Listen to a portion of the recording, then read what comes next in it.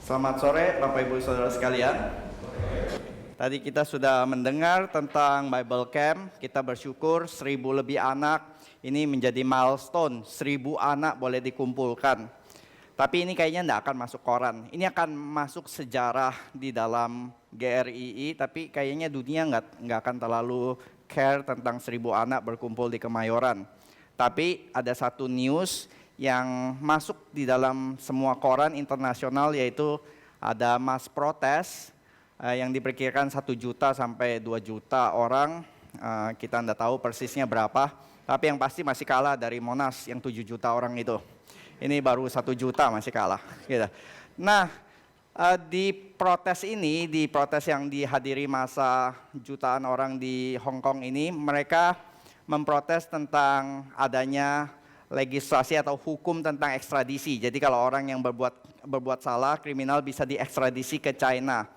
Dan tanggal 11 Juni itu beberapa orang Kristen mulai mengadakan prayer meeting dan mereka menyanyikan lagu Sing Hallelujah to the Lord. Saya sudah siapkan satu lagu. Ini lagu hymn yang menjadi go internasional, dinyanyikan oleh 1 juta orang, baik Kristen maupun juga oleh non-Kristen.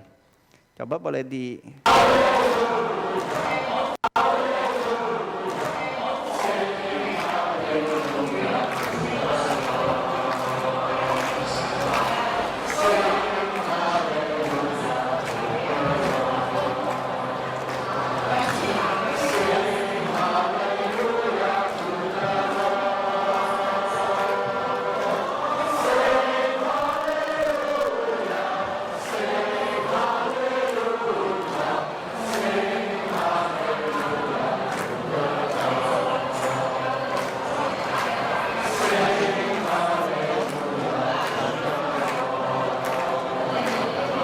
nada yang berbeda begitu. Tapi lagu ini menjadi lagu unofficial anthem bagi orang-orang yang protes ya, kepada polisi maupun kepada pemerintah di Hong Kong. Dan kita mau melihat satu hal, yaitu adalah ketika tadi pagi Pak Tong juga sharing tentang hal ini secara singkat, tapi beliau di dalam ruangan yang lebih singkat dengan beberapa orang, dia bercerita tentang concern dia ya tentang protes di Hong Kong. Dan kita sepertinya mesti mulai mendoakan karena kita tahu pemerintah China yang semakin besar, yang semakin otoriter itu bisa melakukan apa saja. Tahun 89 pernah melakukan Tiananmen Square bloody massacre gitu ya, pembunuhan kepada ratusan orang. Dan Pak Tong cerita Deng Xiaoping pernah berkata, nggak apa-apa ratusan ribuan orang mati, doesn't matter, karena asal China bisa prosper, bisa makmur 30-40 tahun ke depan. Dan jangan pikir nih 1 juta ini big, something big. Buat China nggak terlalu big gitu ya. Karena tadi saya cek, China population 1,4 billion, 1.400 juta. Mengorbankan 1 juta doesn't really matter untuk China, asal ya semoga nggak terjadi. Maka karena itu kita mungkin perlu mendoakan hal ini, karena ini kekristenan boleh, lagu hymn ini dan semangat kekristenan boleh menjadi satu driving force untuk mereka memperlihatkan bahwa kita tidak mau takluk di bawah yang namanya imperialisme, kita tidak mau takluk di bawah yang namanya pemaksaan, dan kita tidak tahu motivasi di belakang semuanya itu apa, tapi kita mau melihat ini ada sejarah dan jangan sampai ini menjadi satu sejarah seperti yang di 1989. Mari kita, sebelum kita mulai pembahasan firman Tuhan, kita berdoa untuk satu event dalam sejarah ini, biar kira Tuhan juga bekerja, memimpin, bahwa Dia adalah Allah yang berkuasa atas bangsa-bangsa dan Dia yang mengatur jalannya sejarah. Mari kita berdoa. Bapa dalam surga, kami berdoa ya Tuhan, mau menyerahkan ya Tuhan semua event sejarah yang terjadi ya Tuhan, supaya kami sebagai orang Kristen, kami bukan hanya berdoa tentang acara-acara Kristen saja, acara-acara gereja, tapi kami boleh mendoakan untuk event-event dunia ya Tuhan, karena kami ditempatkan di dalam dunia, kami ditempatkan untuk menjadi berkat bagi dunia. Karena itu kami terus berdoa biar kiranya Tuhan menyertai bagi keadaan di Hong Kong boleh berjalan lebih baik ya Tuhan, sehingga tidak perlu terjadi protes berdarah ya Tuhan, seperti di Tiananmen. Kami berdoa kiranya Tuhan boleh memberikan anugerah umum-Mu ya Tuhan, kiranya orang Kristen boleh menjadi driving force yang baik ya Tuhan bagi komunitas, bagi society, masyarakat. Kiranya Tuhan kami menyerahkan semuanya ini ke dalam tangan-Mu, dan kami hanya berharap semuanya di dalam kedaulatan-Mu. Terima kasih Bapa, dalam nama Tuhan Yesus kami berdoa. Bapa, kami serahkan ya Tuhan semua yang terjadi di dalam dunia ya Tuhan, karena kami percaya walaupun kami tidak tahu sejarah, kami tidak tahu masa depan, kami tidak mempunyai kuasa apa-apa, tapi kami berdoa kepada Tuhan yang Maha Kuasa, yang mengatur jalannya sejarah, yang mengatur bangsa-bangsa dengan tangannya sesuai dengan keinginannya. Karena itu kami mohon apapun yang terjadi, biarlah Tuhan memberikan kekuatan kepada umat-Mu, Tuhan memberikan kepada kami satu hati yang terus mendoakan, karena kami menjadi orang-orang Kristen yang Tuhan tempatkan di dalam dunia untuk menjadi berkat bagi dunia. Karena itu kami mau membawa beban dunia ini di dalam hati kami, dalam doa kami juga. Dan sekarang kami akan mulai pembahasan firman Tuhan. Kiranya Tuhan juga memberkati apa yang sudah dipersiapkan boleh menjadi berkat bagi jemaat sekalian. Kami mempersiapkan hati kami terbuka, boleh menjadi tanah yang gembur disiangi oleh firman-Mu. Terima kasih ya Bapak, di dalam nama Tuhan Yesus kami berdoa dan bersyukur. Amin. Bapak Ibu Saudara sekalian, saya mulai dengan pertanyaan begini ya.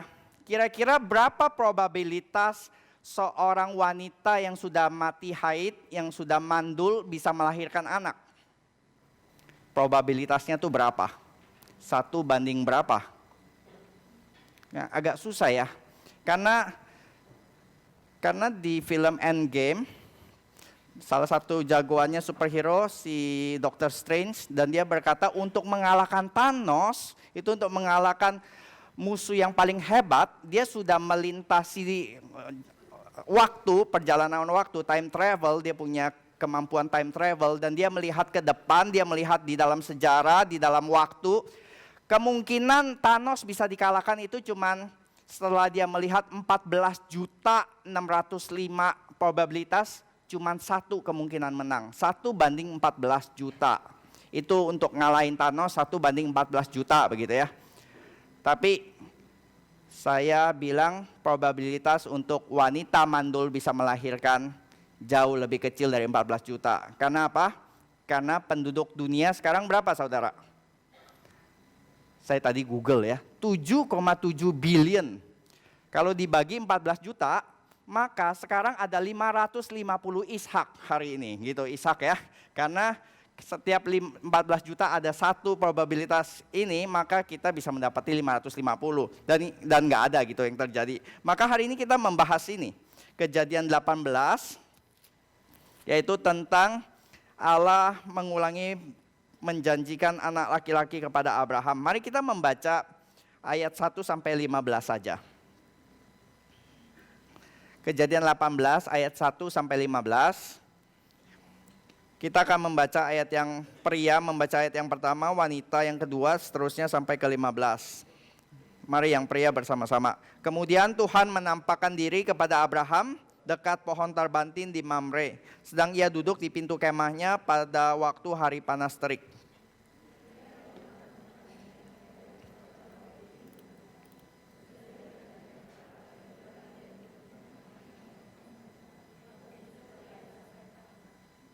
Serta berkata, Tuanku, jika aku telah mendapat kasih Tuanku, janganlah kiranya lampaui hamba-Mu ini.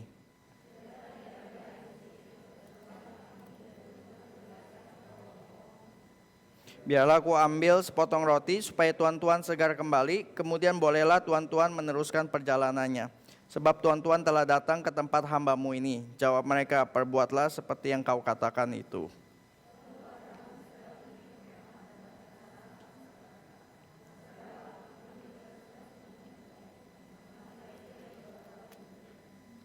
Lalu berlari Abraham kepada lembu sapinya, ia mengambil seekor anak lembu yang empuk dan baik dagingnya dan memberikannya kepada seorang bujangnya, lalu orang ini segera mengolahnya.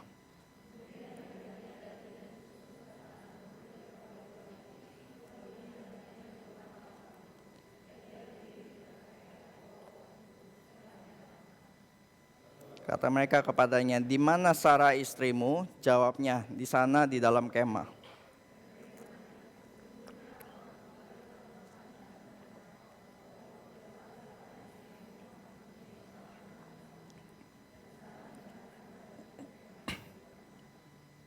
Adapun Abraham dan Sarah telah tua dan lanjut umurnya, dan Sarah telah mati haid.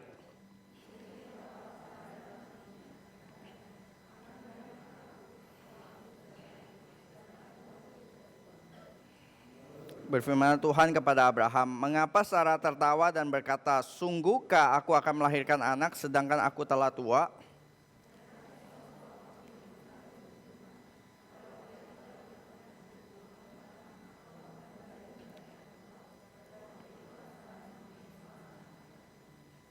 Lalu Sarah menyangkal, katanya, aku tidak tertawa sebab ia takut. Tetapi Tuhan berfirman, tidak, memang engkau tertawa. Nah, di sini nanti saya akan bandingkan kisah tentang Sarah dengan nanti kisah tentang Hagar. Dua wanita ini menghadapi situasi yang almost impossible. Seperti tadi kita tahu ya, seorang wanita yang sudah mati haid bisa melahirkan anak. Dan ini impossible di mata Sarah. Demikian juga nanti kita akan membahas di mata Hagar. Tapi keduanya dengan jelas bisa melihat kehadiran Tuhan di dalam hidup mereka. Kita akan melihat bagaimana Tuhan itu bekerja di belakang layar dengan berbagai cara untuk merubah yang tidak mungkin menjadi mungkin. Jadi hari ini kita membahas satu tema besar, yaitu bagaimana Tuhan bisa melakukan impossible become possible. Yang tidak mungkin bisa menjadi mungkin. Di ayat pertama dikatakan Tuhan menampakkan diri kepada Abraham. Di sini pasal 17 yang lalu kita sudah pernah membahas, Tuhan juga sudah menampakkan diri dan memberikan janji yang sama kepada Abraham. Nah, kenapa harus diulang dua kali begitu? Nah, ini pengulangan dua kali ini punya satu pattern di dalam Alkitab ya. Seperti misalnya Yusuf waktu menafsirkan mimpi kepada Firaun gitu ya. Dikatakan ada lembu, lalu juga ada berkas gandum yang saling memakan. Dan dikatakan di akhir tafsirannya Yusuf berkata kepada Firaun, Baginda, Tuhan menunjukkan mimpi kepada Firaun sampai dua kali ini, berarti hal itu telah ditetapkan oleh Tuhan dan Allah akan segera melakukannya. Dan ini berarti di sini ayat 18, Tuhan tuh benar-benar akan segera melakukan apa yang dijanjikan kepada Abraham. Buat kita, iya, Abraham akan segera mendapatkan. Tapi buat Abraham yang sudah tunggu 25 tahun, dia sudah tunggu 25 tahun, janji ini sudah dimulai dari pasal 12, dia mungkin sudah give up hope, yang hopeful, bukan hopeless, itu selama 25 tahun. Dan akhirnya, the waiting time is over. Penantian itu akhirnya akan segera selesai sekarang. Ya, ini kabar baik buat Abraham dan Sarah tentunya. Nah, di sini kita melihat akhirnya Tuhan hadir, menampakkan diri dalam bentuk teofani, dan ini menjadi perdebatan sepanjang waktu. Apakah Abraham tuh tahu ya dari awalnya tiga orang ini tuh Tuhan atau bukan? Manusia, tamu, manusia atau Tuhan? Dalam perdebatan tentang teofani gitu. Teofani itu apa? Teofani itu artinya yaitu ketika Tuhan menampakkan dirinya kepada manusia, biasanya dalam bentuk manusia yang belum bersifat permanen seperti inkarnasi. Jadi Tuhan menampakkan diri tiba-tiba, datang tiba-tiba, enggak tahu tiba-tiba hadir, lalu nanti tiba-tiba menghilang juga begitu. Ini yang bersifat teofani. Nah, di sini kita bisa melihat nanti ya, kita lihatnya adalah Abraham tuh tahu atau tidak sebenarnya. Saya ada satu jemaat yang mungkin dulu mantan pejudi kali ya. Kalau setiap kali saya tanya apa gitu ya, ini atau ini, dia langsung bilang ke temannya, ayo taruhan, yang A atau yang B. Sejak jadi orang Kristen dia nggak taruhan lagi, tapi taruhannya nanti makan malam. Kalau gue bener, gue yang bayar. Lu yang bayar. Kalau lu yang salah, lu yang bayar. Jadi selalu begitu. Jadi kalau misalnya saya tanya tentang begini ya, dia akan mulai taruhan. Tahu atau enggak tahu. Gitu. Nah, jawabannya kalau di dalam reform, biasanya dua-duanya gitu ya. Tahu dan tidak tahu. Abraham sepertinya punya sedikit sense tahu, tapi sedikit sains juga nggak benar-benar tahu dan menerka-nerka. Kenapa? Karena kita lihat di dalam awal ya, itu mereka muncul tiba-tiba begitu. Dan Abraham juga masih terkaget-kaget dan muncul tiba-tiba. Dan sikap Abraham yang begitu hormat, sekali lagi kita sudah pernah bahas, Abraham itu punya kedudukan yang begitu tinggi, yang pernah mengalahkan 5 raja. Jadi Abraham ini bukan orang kecil-kecil gitu, bukan nobody, he is somebody gitu. Orang yang berkedudukan tinggi, yang punya kuasa besar. Dan dia datang untuk menyembah, begitu hormat, dan ketika memberikan makanan, dia mempersiapkan makanan yang begitu mewah, begitu hebat bagi tamu-tamunya ini. Jadi saya rasa Abraham punya sense 3 orang ini datang ini bukan tamu biasa, ini tamu luar biasa gitu. Tamu yang cukup harus memberikan penghormatan begitu besar. Tapi nanti Abraham benar-benar yakin dan tahu bahwa ini Tuhan, itu kapan? Setelah 3 malaikat ini ya, salah satunya Tuhan dan 2 malaikat ini berkata, di mana Sarah istrimu. Nah, kita taunya begini saudara, kok mereka bisa tahu nama istri Abraham itu Sarah? Kok bisa tahu namanya Sarah? Dan yang kedua, di pasal 17 nama Sarah tuh baru diganti, nama aslinya Sarai diganti jadi Sarah.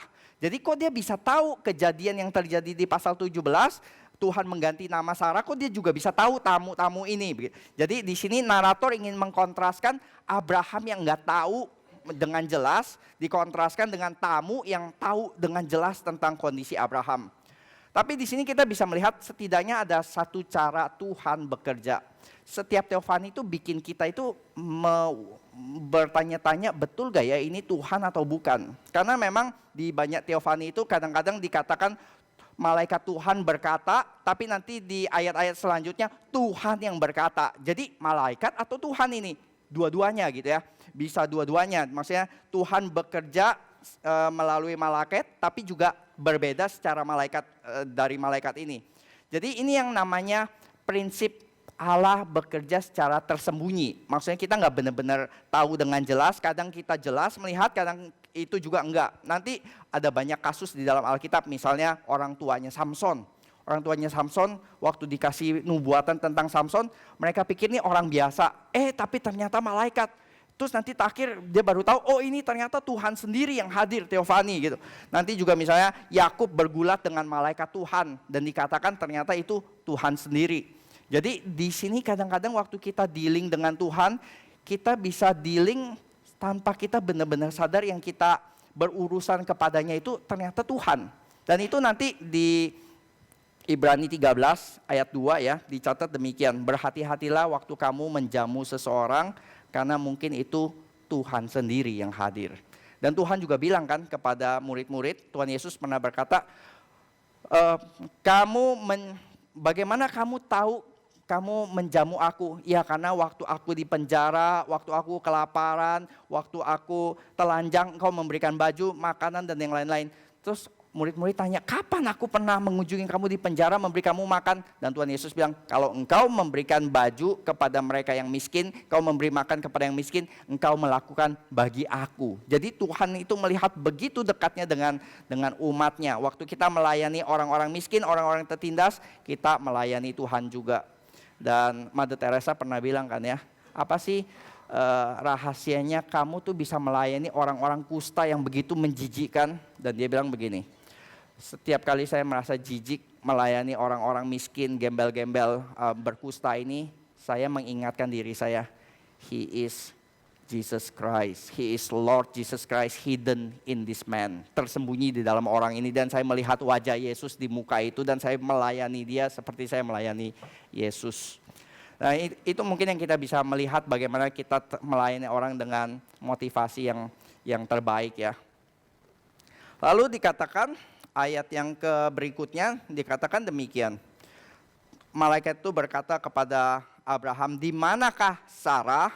Dan ini kita bisa melihat ada alusi ya, setiap kali tanya di mana Sarah, sama seperti Tuhan bertanya kepada Adam di Kejadian 3, di manakah engkau Adam?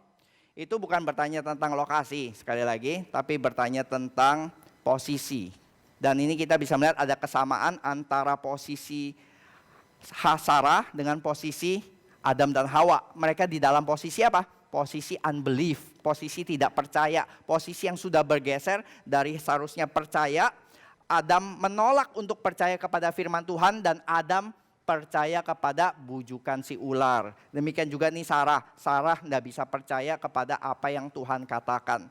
Jadi karena itu ketika Alkitab, terutama Tuhan bertanya tentang di manakah engkau kepada seseorang, itu bukan tanya tentang lokasi, tapi bertanya tentang situasi.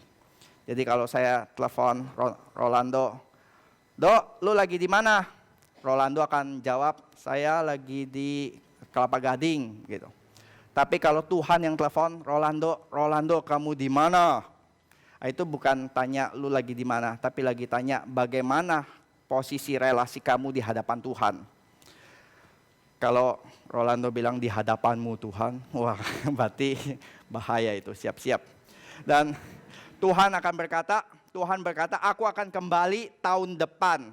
Dan Abraham mungkin tanya, ngapain Tuhan kembali tahun depan? Karena aku akan memberikan keturunan, menggenapi janji yang aku berikan.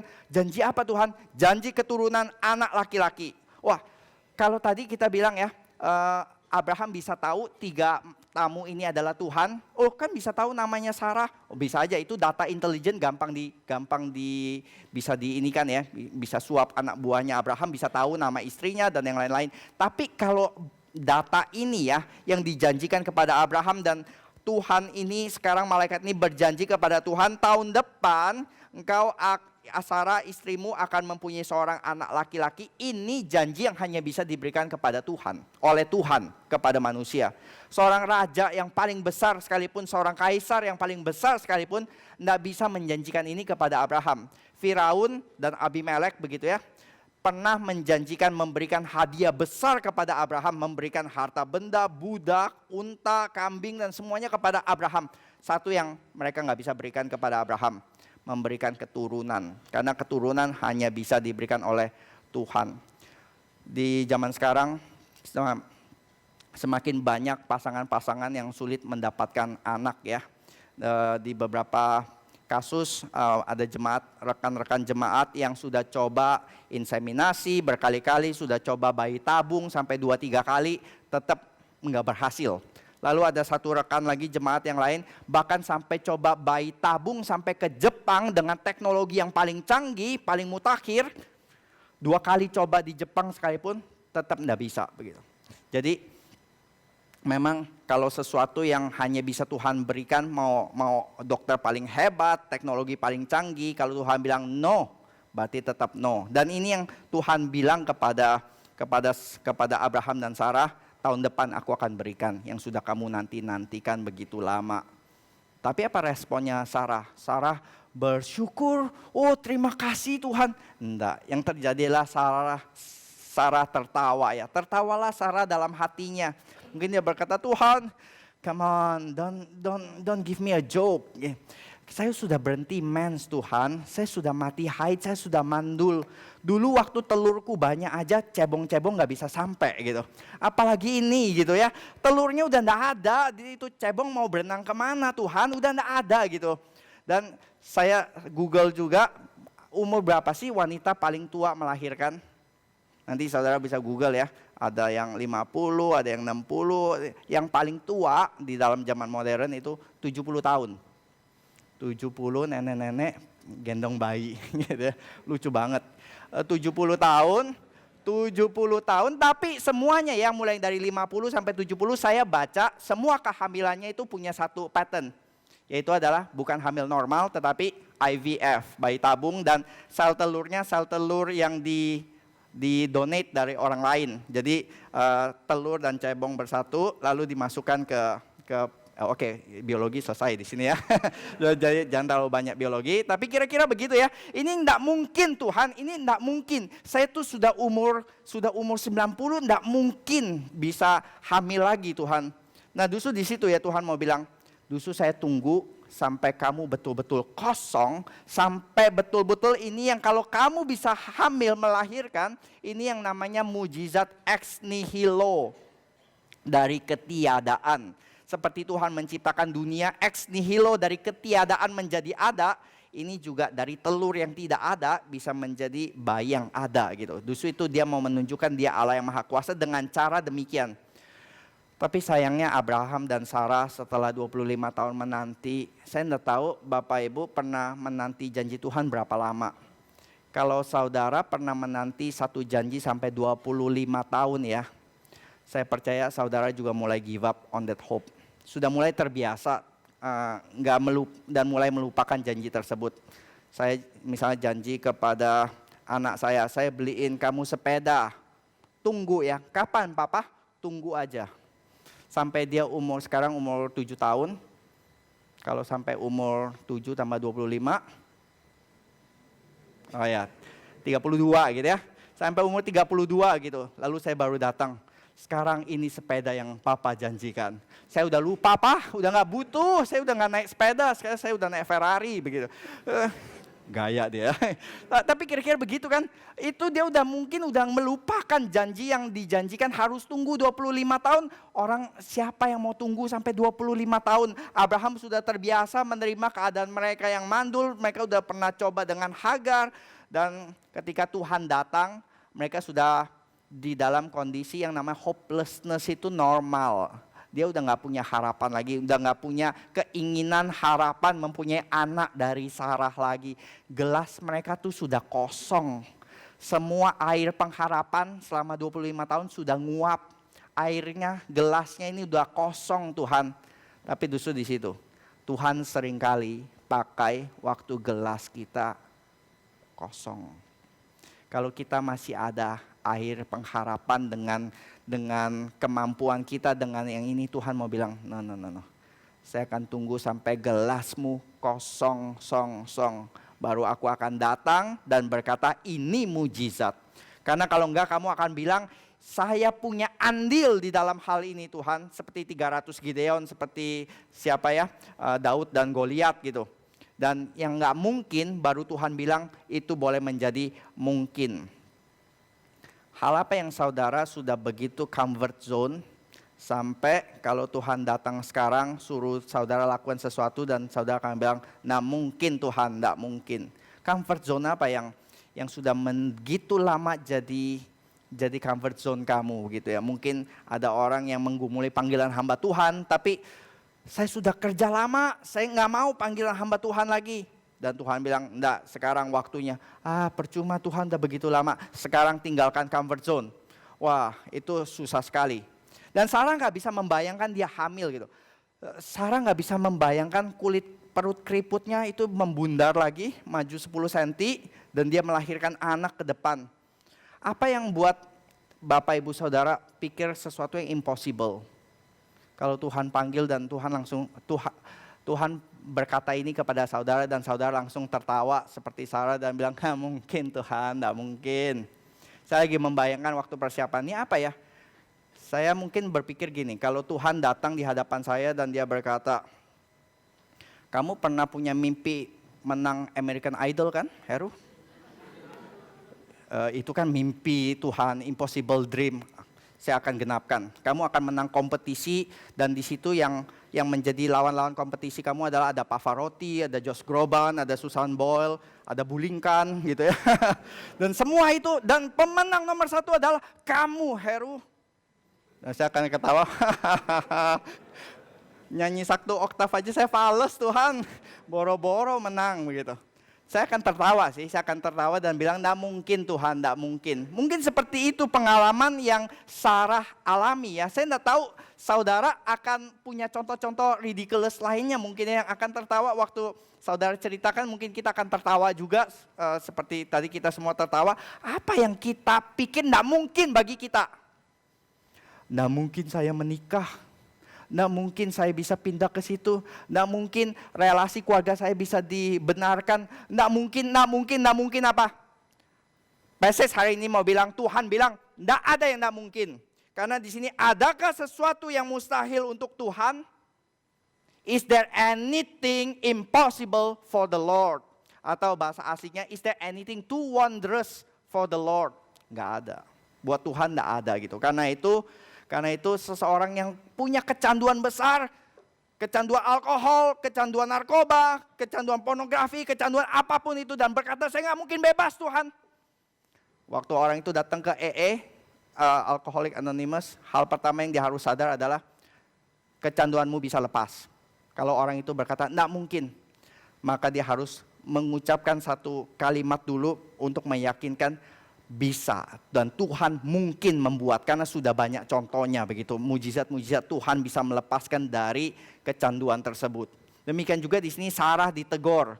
Kenapa Sarah di sini ditegur ya oleh Tuhan, sedangkan nanti kalau kita lihat di Kejadian 17 ayat 17, Abraham juga tertawa. Dan kata tertawa di dalam Alkitab muncul pertama kali itu di sini. Kejadian 17 ayat 17, lalu tertunjuklah Abraham serta tertawa dalam hatinya. Mungkinkah bagi orang yang sudah seumur 100 tahun dilahirkan seorang anak? Lalu itu pasal 17 Abraham ketawa, pasal 18 Sarah yang ketawa. Sarah ditegur, Abraham enggak. Nah di sini kebanyakan menjelaskannya adalah kemungkinan besar Abraham pernah memberitahu tentang hal ini kepada Sarah, tetapi Sarah tetap tidak mau percaya. Sarah tetap tidak percaya walaupun Abraham sudah pernah kasih tahu. Dan Tuhan kasih dua pertanyaan. Mengapa Sarah tertawa? Dia tanya kepada Sarah. Itu pertanyaan yang pertama. Pertanyaan yang kedua adalah, adakah sesuatu yang mustahil untuk Tuhan? Dia bukan tanya ke Sarah, dia tanya kepada dirinya. Ini mau bilang apa kalau kita kombinasi dua pertanyaan ini? Dia mau bilang kepada Sarah adalah, Tuhan tuh sedang mengarahkan, Sarah kamu jangan lihat terus tuh impossible situation. Kamu terus lihat kepada perutmu, kamu terus lihat kepada keriputmu. Sekarang arahkan, jangan lihat kepada tertawamu, kepada impossible situationmu, hal yang tidak mungkin. Sekarang lihat kepada Tuhan. Lihat kepada Tuhan yang membuat segala sesuatu mungkin.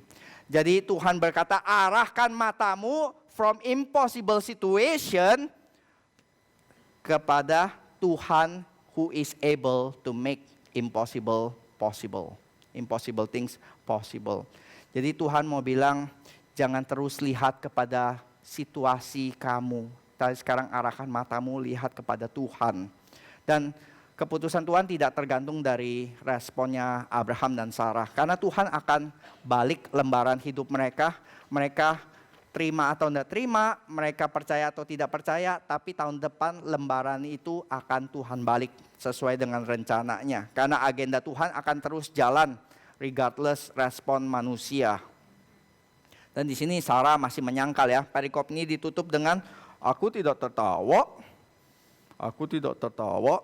Tuhan bilang, enggak, kamu memang tertawa. Itu tertawa itu bahasa aslinya ya, bahasa Ibrani itu syahek. Nah itu nanti yang menjadi hin-hin awal bagi nama anak mereka. Yaitu anak mereka adalah Ishak, Syahek, Ishak. Yang artinya Ishak sendiri artinya dia tertawa. He loves. Jadi di sini ya banyak yang berkata ya.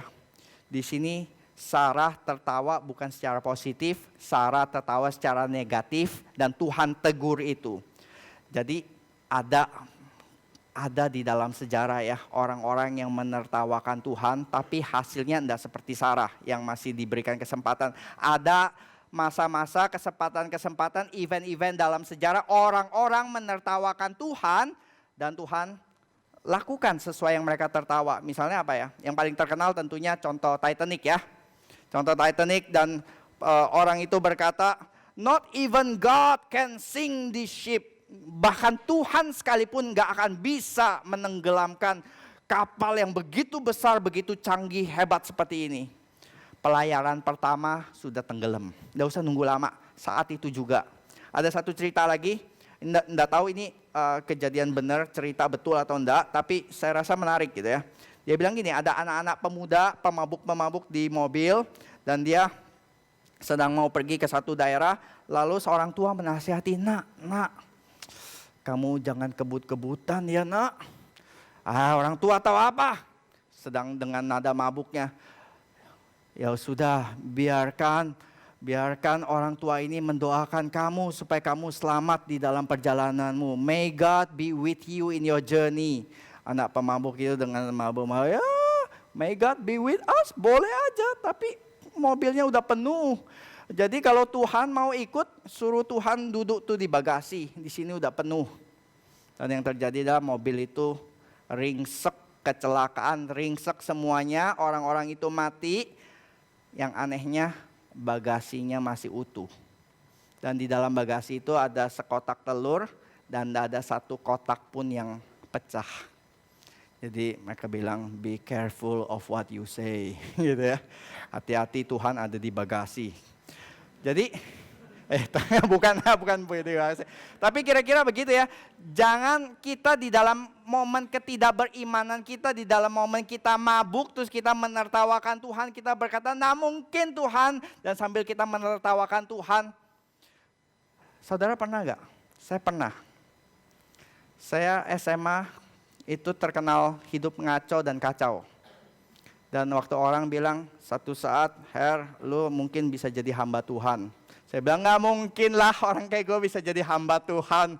Mau hamba Tuhan ngaco dan kacau kayak gimana? Tiba-tiba, ya em. Gitu ya, jadi hamba Tuhan kualat loh.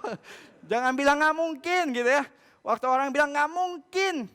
Tahu-tahu tiba-tiba lu jadi begitu. Jadi waktu bilang gak mungkin gitu ya. Jangan pernah bilang tidak mungkin.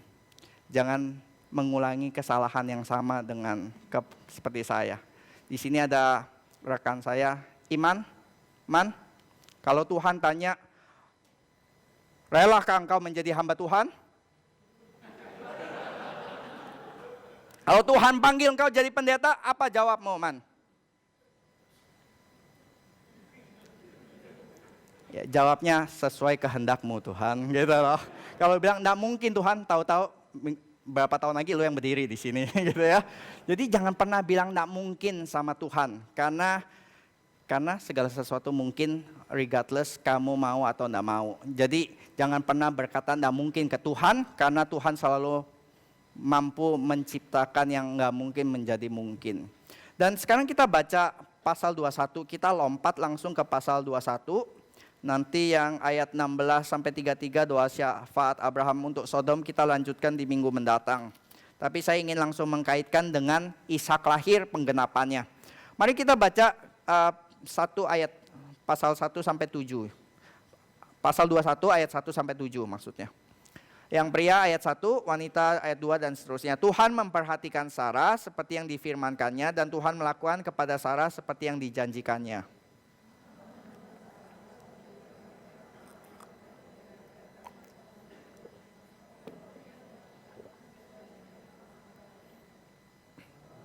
Namanya anak yang baru lahir itu Ishak yang dilahirkan Sarah baginya.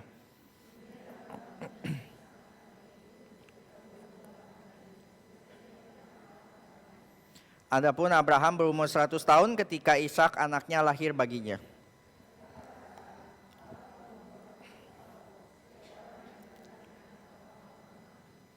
Lagi katanya, siapakah tadi yang dapat mengatakan kepada Abraham, Sarah menyusui anak? Namun aku telah melahirkan seorang anak laki-laki baginya pada masa tuanya. Dan di sini ya, ayat 21 sampai 6 di situ beberapa terjemahan menerjemahkan Allah membuat aku tertawa, Allah membuat Sarah tertawa. Ada juga bisa juga diterjemahkan Tuhan membuat Sarah ditertawakan. Laugh with Sarah atau laugh at Sarah. Jadi di sini kita bisa ambil dua-duanya begitu ya. Di mana Allah telah membuat aku ditertawakan, tetapi tidak apa-apa karena ini tertawa penuh sukacita yang tadinya selama 25 tahun penantian dibayar lunas dengan tertawa. Saya percaya ibu-ibu di sini yang hamil dengan penuh sengsara selama 9 bulan, ketika bayi itu keluar, semua 9 bulan penderitaan dibayar lunas dengan tertawa bayi itu, bukan? Amin. Ibu-ibu nggak setuju ya, nggak setuju. Ini bapak sih yang ngomong ya. Ibu-ibu bilang lu coba dulu gitu. Ya tapi kira-kira kita tahu ya, tawa anak-anak itu bisa membuat hal-hal di belakang penantian yang sulit di belakang itu terbayarkan lunas. Dan di sini 25 penantian oleh Abraham dan Sarah, sekarang mereka bisa melihat Tuhan menggenapi janjinya. Tetapi mood yang sangat bahagia kita bisa melihat di situ ya, Abraham, Sarah, kalau lagi foto keluarga dengan bayinya, mungkin mereka semua tertawa dikelilingi orang-orang yang juga dengan mungkin sedang mengadakan pesta. Dan kita lihat ayat 8 sampai 21 ini juga ada pesta, tapi mood situasinya jauh berbeda. Karena di sini penuh kebahagiaan ayat 1 sampai 7, ayat 8 sampai 21 justru penuh kesedihan, penuh pertikaian. Mari kita baca sekarang. Saya baca ayat 8, saudara sekalian 9 dan seterusnya. Bertambah besarlah anak itu dan ia disapi, lalu Abraham mengadakan perjamuan besar pada hari Ishak disapi itu, jemaat.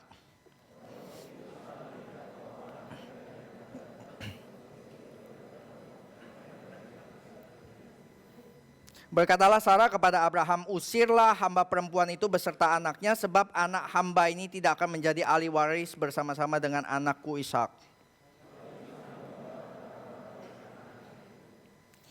Tetapi Allah berfirman kepada Abraham, janganlah sebal hatimu karena hal anak dan budakmu itu, dalam segala yang dikatakan Sarah kepadamu, haruslah engkau mendengarkannya, sebab yang akan disebut keturunanmu ialah yang berasal dari Ishak.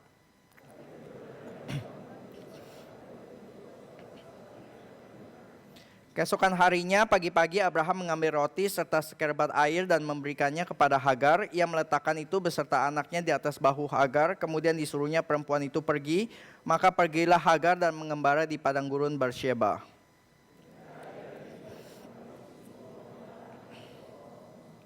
Dan ia duduk agak jauh, kira-kira sepemanahan jauhnya, sebab kiranya tidak tahan aku melihat anak itu mati.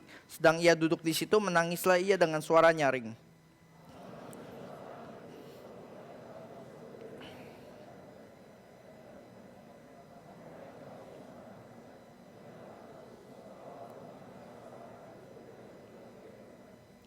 Bangunlah, angkatlah anak itu dan bimbinglah dia, sebab aku akan membuat dia menjadi bangsa yang besar.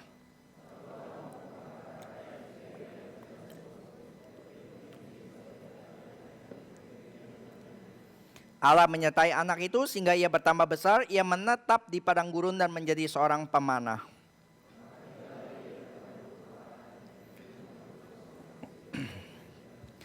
Jadi setelah Ishak semakin besar dan mulai disapi, cerai susu begitu ya, kira-kira mungkin sekitar umur 2-3 tahun, Abraham mengadakan pesta besar, dan yang terjadi Sarah melihat anak yang dilahirkan Hagar, perempuan Mesir itu bagi Abraham, Ismail maksudnya, sedang main dengan Ishak, anaknya sendiri gitu.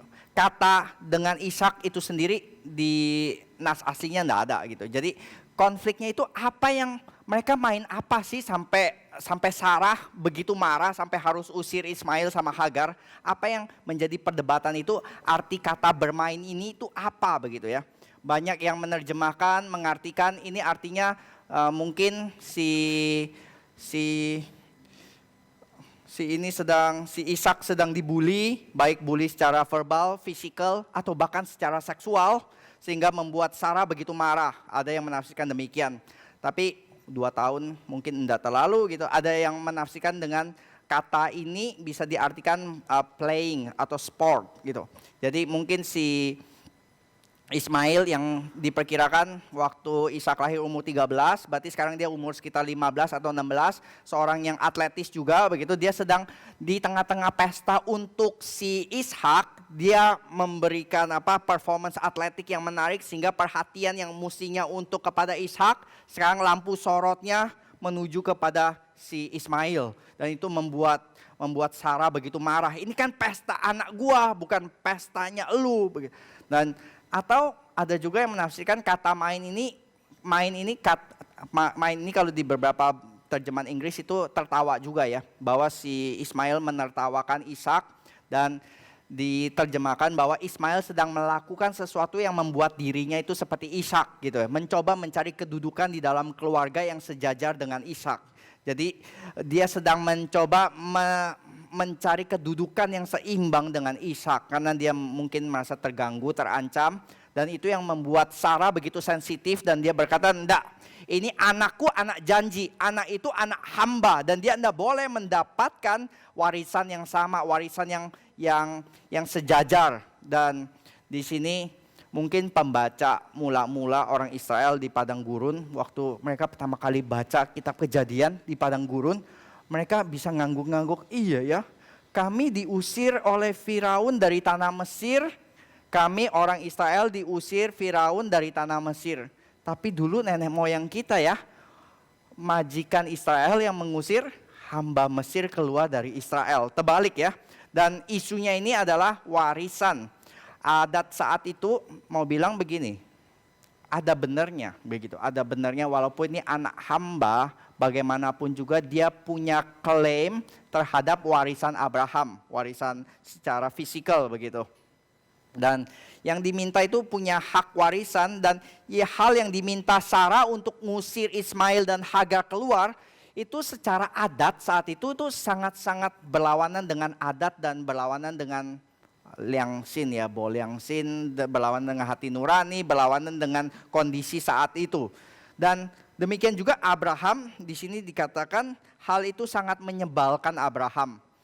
Itu lebih tepat diterjemahkan hal itu dipandang jahat oleh Abraham. Abraham melihat hal itu sebagai hal yang jahat karena bukan hanya melanggar hukum adat, tapi juga memisahkan dia dari anaknya. Bagaimanapun juga ini anaknya loh, darah dagingnya Abraham sendiri, Ismail dengan Hagar. Tapi kalau secara teologis ini yang mungkin paling bermasalah. Secara teologis adalah ini dicatat pasal 21 dan pasal 22 berbicara tentang Abraham disuruh mengorbankan Ishak. Dan setiap kita tahu ya, banyak yang berpikir Ishak itu memang anak promis gitu. Tapi kalau ini diambil oleh Tuhan, maka saya tidak punya apa-apa lagi Tuhan. Tapi kalau Ismail masih ada di dalam rumah, walaupun Ishak mati, maka Abraham masih bisa melihat kepada Ismail dan berkata, saya masih punya plan B. Ini plan B saya begitu. Tapi karena ini plan B-nya sudah terlebih dahulu diusir, dipinggirkan oleh Tuhan sendiri, maka benar-benar tidak ada ban serep bagi Abraham. Jadi waktu Abraham pergi mengorbankan Ishak di pasal 22, dia benar-benar melihat Ishak ini adalah the one and only child. Nggak ada lagi, Ismail sudah tidak ada lagi di rumah. Jadi seperti ini, kengeriannya tuh seperti ini saudara.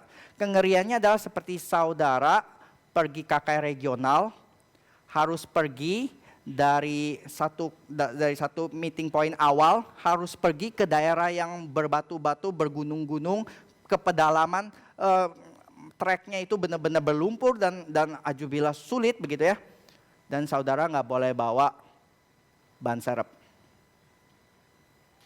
Dan itu kira-kira posisinya seperti itu. Di sini ada Bapak Wilson pernah kakek regional, nggak ada ban serepnya bocor dan terjebak di perkebunan sawit. Jadi ya sudah, sepanjang malam nginep di situ nungguin orang untuk bawa ban serep untuk bisa berangkat ke tempat selanjutnya. Tapi kira-kira kengerian yang itu ya, kita harus pergi jauh tapi nggak ada ban serep dan Tuhan suruh Abraham keluarkan ban serep. Kenapa kita sulit benar-benar percaya kepada Tuhan?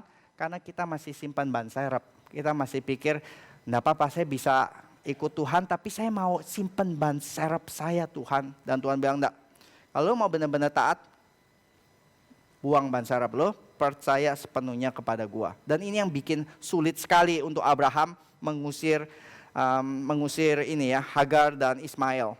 Lalu kenapa ya kalau kita melihat ini melanggar hukum, melanggar adat, Tuhan di pihak Sarah. Loh, Abraham, usirlah hambamu itu. Jangan sebal hatimu, haruslah engkau mendengarkan istrimu. Loh Tuhan, pertama kali Adam mendengarkan Hawa, disaster itu Tuhan. Kenapa sekarang saya harus mendengarkan istriku? Di sini ya, Adam dengerin Hawa, itu kecelakaan besar. Tapi sekarang kenapa Abraham disuruh untuk taat kepada istrinya? Kepada Sarah yang jelas-jelas salah di sini. Ini saudara get the point kan ya. Sarah salah secara adat, secara hukum. Dan Tuhan bilang kepada Abraham, turuti Sarah. Sarah salah. Kalau Adam ditegur, kenapa kamu mendengarkan istrimu? Nah di sini Tuhan kebalikan justru. Kenapa Tuhan bilang kamu dengarkan istrimu yang jelas-jelas salah. Nah karena di sini Sarah gak semuanya salah. Sarah salah secara motivasi. Tapi di dalam memegang janji Tuhan di poin ini Sarah benar. Karena tidak boleh, Ismail tidak akan berbagi warisan dengan Ishak. Karena Tuhan sudah menetapkan di pasal 17. Di pasal 17 di janji yang pertama adalah dikatakan demikian ya, engkau akan menamai dia Ishak dan aku akan mengadakan perjanjianku dengan dia menjadi perjanjian yang kekal.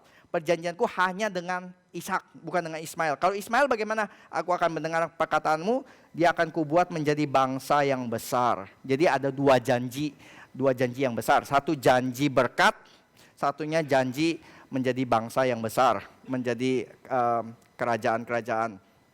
Jadi di sini kita bisa melihat satu contoh prinsip Alkitab, saudara.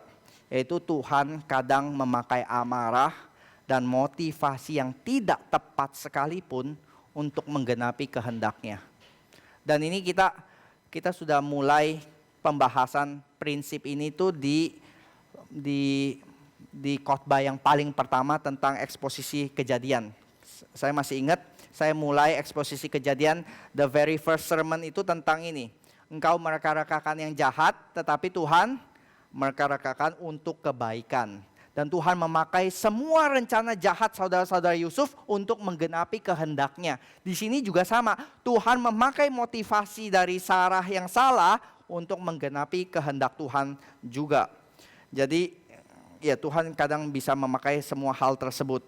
Dan di sini Hagar akhirnya diusir keluar.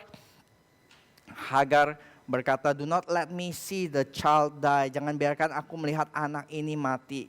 Dan Ismail dikatakan menangis. Dan Ismail artinya Tuhan mendengar. Sekali lagi Tuhan mendengar orang yang tertindas. Keselamatan dari Allah itu dimulai dari erangan. Pertolongan Tuhan dimulai dari erangan doa. Karena ini yang terjadi waktu orang Israel mengerang karena ditindas oleh Firaun begitu keras, baru muncul ayat berikutnya, Tuhan merencanakan keselamatan bagi bangsa Israel. Saudara mengalami situasi sulit, saudara nggak akan keluar dari situasi sulit, saudara. Kecuali saudara mulai mengerang, mulai dengan segenap hati berkata kepada Tuhan. Dan Tuhan akan mendengar, di sini dikatakan. Baru kali ini ya, akhirnya Allah membuka mata Hagar dan dia melihat hopeless situation. Kalau Sarah melihat hopeless situationnya, nggak mungkin saya perempuan tua hamil. Hagar melihat impossible situationnya adalah, nggak mungkin nih di padang gurun yang kering begini, bisa tiba-tiba ada air, ada Indomaret, bisa beli aqua, bisa ada GoFood. GoFood juga nggak mau ditolakin ordernya gitu, nggak ada gitu tiba-tiba. Tiba-tiba Tuhan membuka mata Hagar dan dia melihat ada sumur. Dan ini menurut salah satu orang ahli Alkitab ya, ini menjadi intro pembuka nanti di pasal 22. Tuhan juga membuka mata Abraham melihat ada anak domba yang menggantikan bagi Ishak. Jadi sama di sini Tuhan membuka mata Hagar melihat ada pengharapan, ada pertolongan. Persamaannya seperti tadi saya sudah mau simpulkan, persamaannya tadi saya mulai dengan dua wanita yang menghadapi hopeless situation, keadaan yang sama sekali nggak mungkin di mata mereka, tapi ditutup dengan mereka bersuka cita. Hagar bersuka cita, anaknya menjadi besar, anaknya tertolong, anaknya disertai oleh Tuhan. Sarah juga melihat Ishak lahir dan dua-duanya mendapatkan pertolongan Tuhan. Tetapi kalau kita hanya berhenti di sini, kita akan miss the point.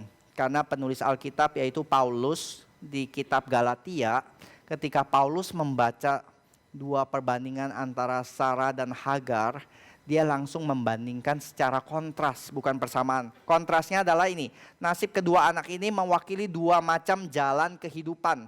Paulus mengambil alegorinya dan kontraskan. Yang pertama, yang namanya Ismail itu adalah anak yang diperanakan menurut daging yang kamu peroleh melalui strategi kemampuan manusia, melalui cara manusia. Sedangkan Ishak adalah anak menurut janji yang impossible tapi Tuhan berikan karena anugerah. Bahkan kamu tidak siap terima pun Tuhan berikan kepada kamu. Jadi ini ya, Hagar mewakili anak-anak perhambaan Ishak mewakili anak-anak janji, anugerah yang merdeka dan bebas. Hagar mewakili jalan manusia yang berusaha menggenapi kehendak Tuhan lewat jalan manusia, lewat strategi. Sedangkan Hagar, Ismail hidup di dalam apa? Hidup di dalam jalan agama. Hidup yang selalu ketakutan setiap saat diusir. Kalau saya salah sedikit nanti diusir, dan betul. Ini si Ismail salah sedikit langsung diusir keluar dari rumah. Dan mereka nggak pernah punya jaminan keselamatan. Mereka nggak pernah punya jaminan selalu safe and secure di dalam rumah. Nggak ada. Itu yang namanya jalan agama. Kamu nggak pernah benar-benar yakin. Kamu akan selalu berkata, insya Allah saya diterima. Mudah-mudahan. Kamu akan selalu berkata, semoga Tuhan berkenan.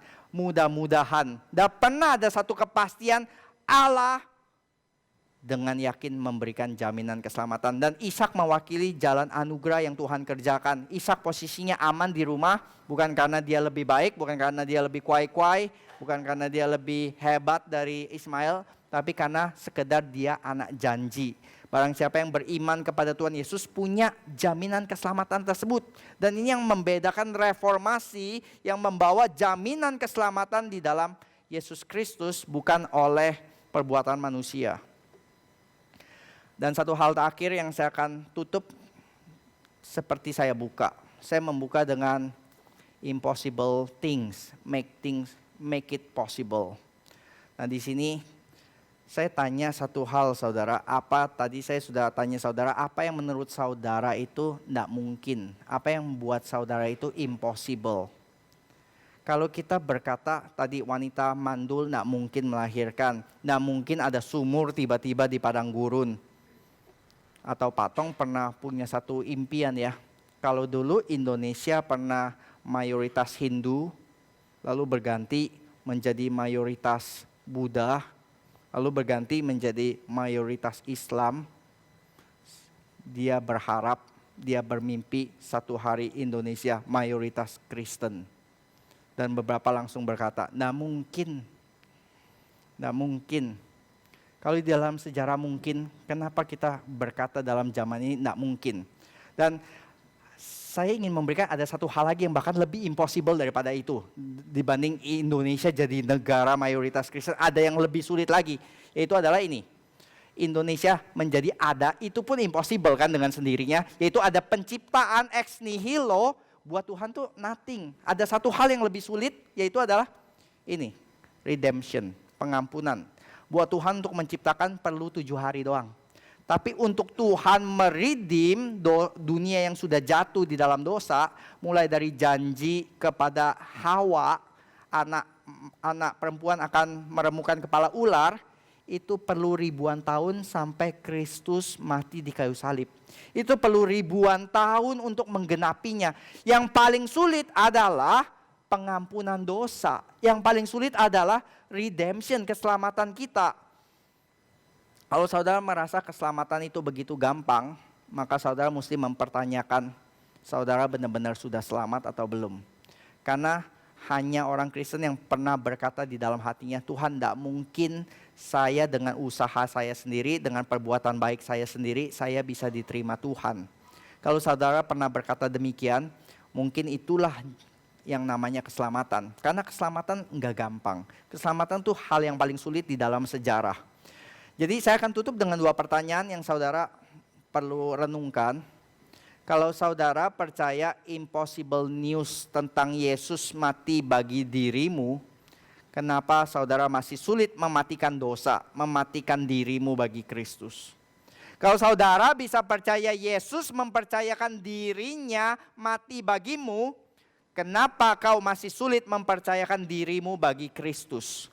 Saya rasa ini yang boleh menjadi pertanyaan penutup untuk kita boleh melihat bagaimana Tuhan juga menggenapi impossible things bukan hanya bagi Hagar, bukan hanya bagi Sarah, tapi juga di dalam hidup kita masing-masing. Mari kita berdoa. Bapa di dalam surga, kami bersyukur ya Tuhan, kami melihat Tuhan adalah Tuhan yang maha kuasa. Engkau adalah Allah yang menciptakan dari ketiadaan, dan Engkau juga Allah yang merubah sejarah. Allah yang membentuk, menciptakan situasi-situasi yang tidak mungkin menjadi mungkin. Kami bersyukur kami boleh melihat catatan-catatan di dalam Alkitab, dan kami melihat di dalam sejarah juga. Kami melihat juga bukan hanya kami hanya jadi penonton, kami ingin ya Tuhan, kami juga menjadi partisipan di dalam rencana keselamatan Tuhan. Kami boleh mengalami keselamatan, kami boleh mengalami mujizat-mujizat impossible yang Tuhan kerjakan di dalam hidup kami. Jangan biarkan dosa, jangan biarkan diri kami ya Tuhan, keakuan itu merintangi kami untuk menggenapi rencana-Mu ya Tuhan. Karena kami takut, karena kami gentar, kami merasa tidak mungkin. Karena itu Tuhan berikan iman kepada kami supaya kami boleh melihat segala sesuatu mungkin di dalam Tuhan. Berikan kami keberanian, berikan kami iman terus bergantung kepada Engkau ya Tuhan. Di dalam nama Tuhan Yesus kami berdoa dan bersyukur. Amin.